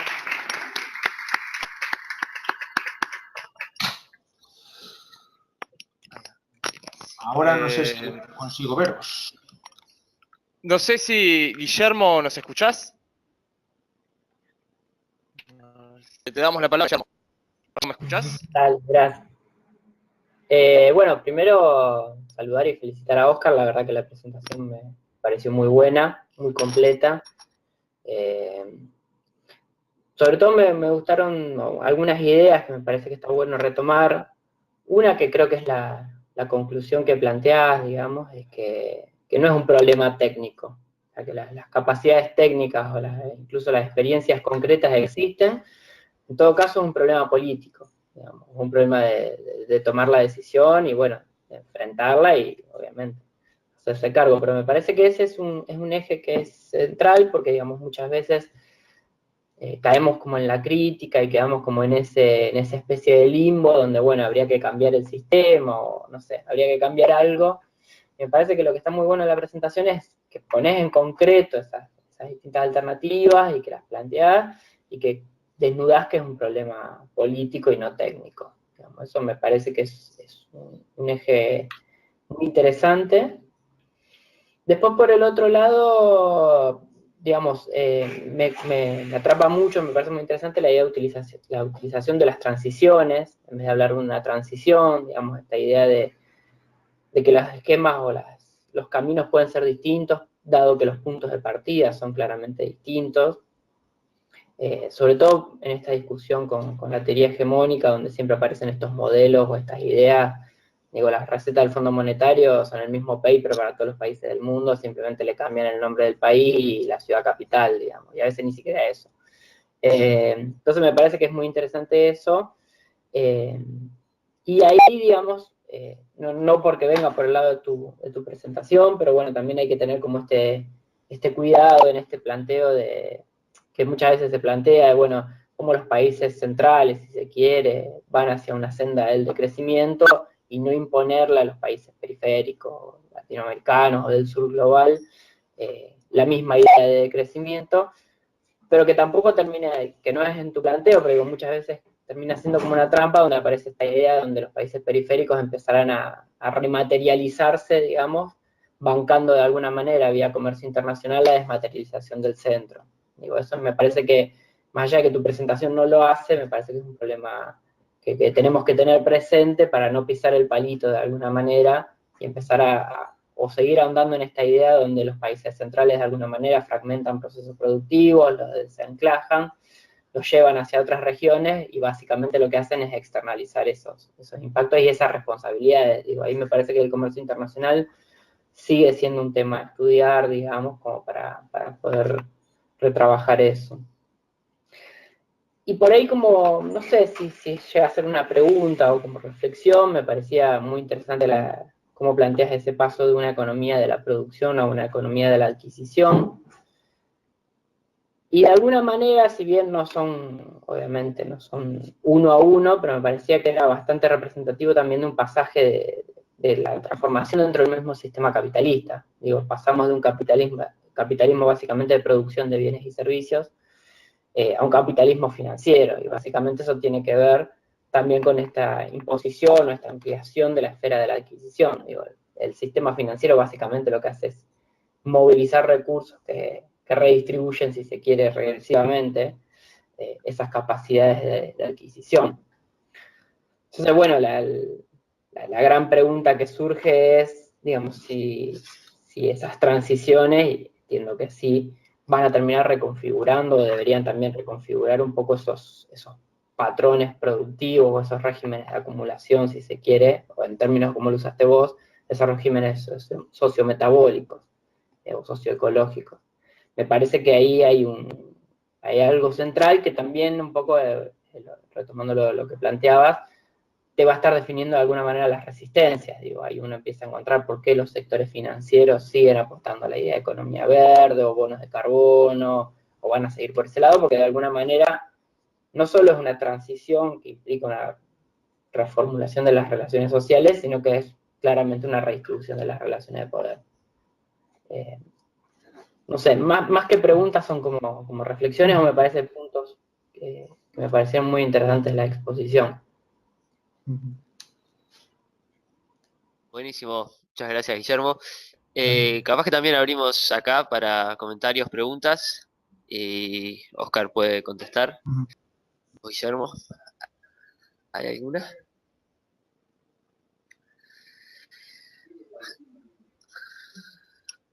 Sí.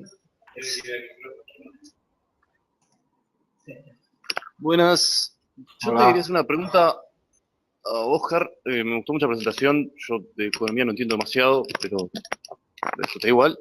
Me quedé una cosa que hablaste ahora al final mencionaste las, digamos, estupideces, es decir, estas decisiones que aparentarían no responder a nada. Ahora mismo, yo al menos tengo un ejemplo acá a nivel país que se me ocurre que todos lo pensaron, digo, UPM así me viene como salta a la vista, que no sé qué tan enterados ustedes o no, pero no importa, digo, estupideces, seguro que ejemplos podemos nombrar miles. Mi duda es, como lo exponés vos, entonces, ¿a qué dirías que responden? Y, digamos, ¿cómo se evitan entonces? Porque bajo este análisis donde no tiene explicación, digamos que no tiene solución de alguna forma. No sé si se entiende lo que voy. Bueno, Sí, sí. Bien. ¿Alguna más? Nosotros, yo digo una pregunta ahí. Ujú. Bueno, sí, en ese sentido, ¿no? De qué esperar un poco del siglo XXI. También una frase de Jorge Richman que dice, no deberíamos esperar soluciones high-tech y sociedades de alta energía, sino más bien, como mejor posibilidad, comunidades con algo de industria ligera basadas en tecnologías intermedias, pero bajo la premisa de una gran descomplejización y una expectativa de un nivel de vida muy modesto en lo material. Un poco sobre eso, qué esperar en cuanto a las transiciones y a los escenarios de descarbonización, la factibilidad de las propuestas que hay en la vuelta. Justo hace poco uno de los summit del cambio climático están ahora con un Global Optimism que plantea para hacer el pico de las emisiones a 2020, están con la movida de las transiciones exponenciales y bueno, mucho optimismo que pensar alguna de esas cosas. Ujú. Vale. ¿Quieres contesto ya un poco o comento? Dale, bárbaro. Vale.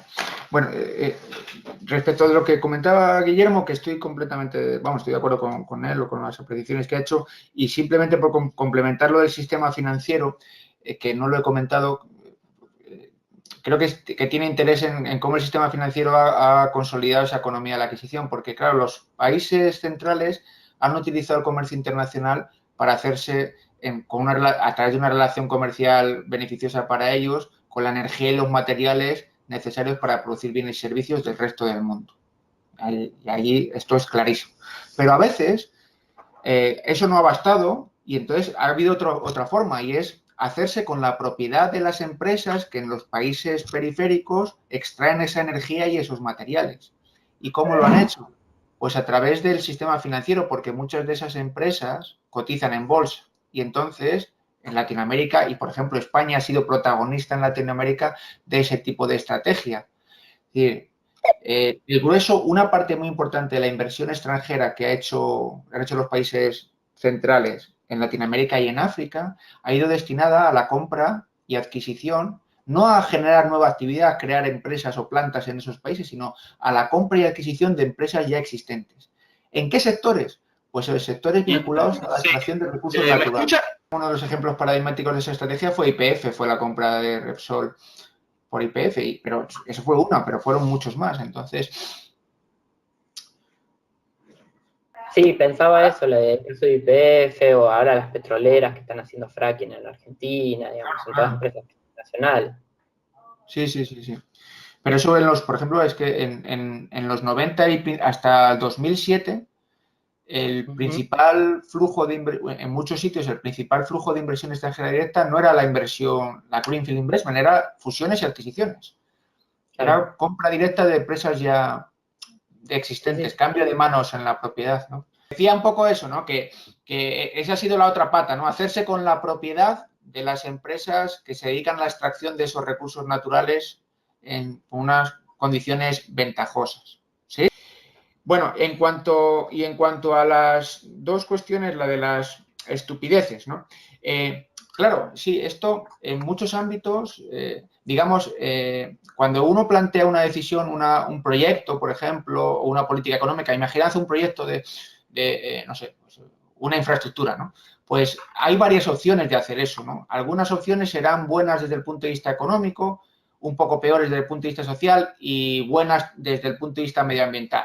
Y otras serán malas ambientalmente, buenas socialmente y regular económicamente. Entonces, como no hay forma de cuadrar eso, salvo que lo monetices todo y entonces haces trampa, y eso tiene que ser una decisión al final política y democrática, la única cosa, en el único escenario en el que tú puedes decidir desechar algo o elegir algo, es si tienes una opción que es la mejor desde todos los puntos de vista o que es la peor desde todos los puntos de vista, entonces la desechas. Bueno, pues esas estupideces en el ámbito de las políticas públicas y las privadas también están muy generalizadas. Ya eliminar esas estupideces sería un ahorro y un uso mucho más eficiente de los recursos y una reducción del despilfarro muy importante. ¿Por qué se hacen? Que era tu pregunta. Claro, pues porque colectivamente es un desastre, pero individualmente es un gran beneficio. ¿Para el que hace la estupidez? Para la empresa que generalmente hace la estupidez o para el sector beneficiado por la política de ayudas o subvenciones que son absurdas. Fijaros en la energía nuclear. Claro, la energía nuclear es de las cosas más absurdas que seguimos manteniendo cuando es la peor opción ambientalmente, económicamente y socialmente. Entonces, como esas hay muchas, y vosotros tú mismo decías pues que también se te ocurren un montón. Pues imaginad un escenario en el que, sin hacer política radical ni revolucionaria, sino solo directamente decir, vamos a dejar de hacer las estupideces. Bueno, la mejora sería impresionante. Solo eso, fijaros que eso es lo más, si queréis, lo menos radical, lo más reformista, ¿no? Pues ya eso sería un avance muy, muy considerable, ¿no? Y en cuanto a lo que comentaba Gabriel de las tecnologías, de una sociedad más descomplotizada, de lo que decía Jorge, ¿no? Pues efectivamente, yo estoy de acuerdo. Además, el problema que tiene el optimismo tecnológico es que parece que sigue siendo, no es consciente o sigue sin ser consciente, aparentemente, del coste material que implica la generalización de las nuevas tecnologías. De esto ya hay bastantes cosas hechas. Mirad, un ordenador como este en el que estoy hablando, o incluso en el caso de un portátil sería un poco menos, cuando hacemos el análisis de ciclo de vida de todos sus componentes, desde la extracción hasta cuando se transforman en residuos, por ejemplo, los microprocesadores de un ordenador de mesa, pues exigen entre 6 y 16 toneladas de energía y materiales en todo el ciclo, dependiendo de dónde vengan. ¿Por qué? Porque cuando abrís un ordenador a cuajo, lo rompéis y veis todo lo que hay dentro y todos los metales y sustancias y de dónde han venido, pues la fabricación de eso exige esas cantidades. En muchos casos estamos hablando de sustancias o materiales críticos que no admiten la generalización. O sea, del cual sabemos que no tenemos recursos para eso. Entonces, claro, plantear que la opción para todo, para el conjunto del planeta, es optimismo tecnológico, pues directamente es una contrautopía, ¿no? Claro, otra cosa es lo que estén pensando, que para unos pocos y para mantener las desigualdades en los mismos términos en los que existen ahora, pero como solución del conjunto de la problemática, pues claramente no. Entonces, si lo que nos interesa son soluciones generales, pues esta no es una opción que nos valga. Y además es que ni siquiera asume una de las ideas básicas que comentaba antes, que es la de los límites. Y que hay cosas que literalmente, por la parte de los recursos y por la parte de los residuos, aunque tuviéramos toda la energía del mundo, el problema va por el otro lado. No podríamos utilizarla porque si la quemamos, pues se generan procesos que nos llevarían literalmente al colapso mucho antes de lo deseable, ¿no? Que nunca es deseable. Desconozco los criterios de ver lo que plantea.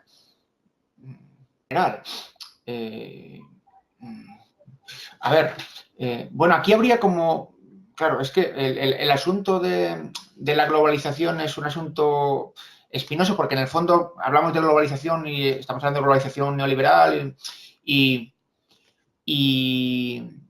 habría que diferenciar la parte que es un hecho, ¿no? Que tiene que ver con la forma en que se produce actualmente en el mundo y con las cadenas de valor y y luego está la otra reflexión importante, que es las consecuencias que eso tiene en términos sociales, ambientales, y si existen mecanismos para corregir o atenuar eso, ¿no? Entonces, desde el punto de vista ambiental, yo creo que vamos a asistir a fenómenos que algunos llamarían de desglobalización, pero por la fuerza de los hechos. Es decir, una de las cosas que van a estar afectadas por el peak oil y los problemas con la disponibilidad de recursos fósiles es el transporte. Claro, el transporte y el grueso del comercio internacional se hace por transportes, transporte marítimo, y dentro de los continentes, transporte por carretera. Entonces, eso va a tener un efecto muy importante en una parte de la regionalización de los intercambios comerciales cuando esas restricciones o cuando esos problemas energéticos sean importantes. Eso va a ser un elemento que se va a dar, que seguramente se va a dar. No orientado, no querido o no planificado por parte de las élites, pero seguramente que va a ser un proceso que se va a producir. Una reducción en los intercambios, eso se va a producir. Si eso al final va a ir acompañado de cambios en los modelos de producción y consumo en los países como consecuencia de esa reducción de los intercambios, pues eso es difícil saberlo. No va a ser un cambio automático. La agricultura, por ejemplo, pues seguramente que la agricultura, como consecuencia de los subsidios a los combustibles fósiles, ahora mismo la agricultura es una actividad muy globalizada. Pero si los combustibles fósiles no van a estar en cantidades necesarias para seguir manteniendo una agricultura muy fósil, eso va a suponer que los métodos de producción de alimentos van a avanzar hacia técnicas más agroecológicas, y esas técnicas más agroecológicas van a estar mucho más vinculadas al territorio, a lo local, y va a hacer que una parte del comercio, en este caso de alimentos, y de relaciones económicas y sociales vinculadas a la producción de alimentos, pues se vayan, si queréis, a desglobalizar. Pero habría que ir casi sector a sector para que la reflexión fuera un poco interesante. Pero sí que vamos a convivir con tendencias que no planificadas, pero tendencias que por la fuerza de los hechos van a deshacer algunas de las tendencias anteriores, si queréis, más globalizadoras. Pero esto es un tema que, para decir algo así con cierto sentido, hay que descender al detalle. O habría que descender al detalle. No sé, Guillermo, si quieres añadir alguna cosa. No, digamos, simplemente se me venía a la cabeza esto de un poco de la idea de la desglobalización. También tiene que ver un poco con qué entendemos por globalización o cómo la entendemos, cuáles son sus principales rasgos, digamos. Y un poco también, digamos, uno de los ejes, o quizás el eje de la globalización, es justamente la movilidad de los capitales financieros, digamos. Y ahí me parece que es una de las características centrales.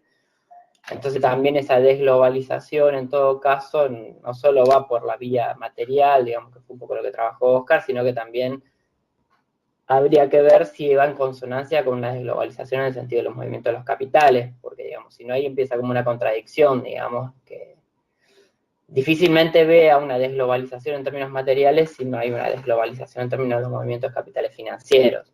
Como hipótesis, digo, obviamente, ¿no? Pero me parece que parte de la globalización tiene que ver con eso, no solo con la fragmentación de los procesos productivos y con estos movimientos de los flujos de materiales y energía, que un poco hablaba Oscar, sino también ese rol y esa dinámica de capital financiero que va enganchado con eso. Digo, los mismos capitales financieros buscan maximizar la posición de las ganancias. Digo, cuando aparece un yacimiento o un descubrimiento de X mineral o lo que sea, también tiene que ver con una lógica bursátil. Digamos, en Argentina es muy palpable el yacimiento de Vaca Muerta, lo descubrieron un domingo. digamos. Una cosa así, como para que salga el lunes en la cotización de la bolsa. O sea, no puedo creer que hayan hecho un agujero un domingo a la mañana y hayan encontrado un yacimiento, digo. Me parece que hay un nexo que bueno, que es como una desglobalización, si querés, en términos materiales, y también por ahí habría que pensar en términos de movilidad del capital financiero.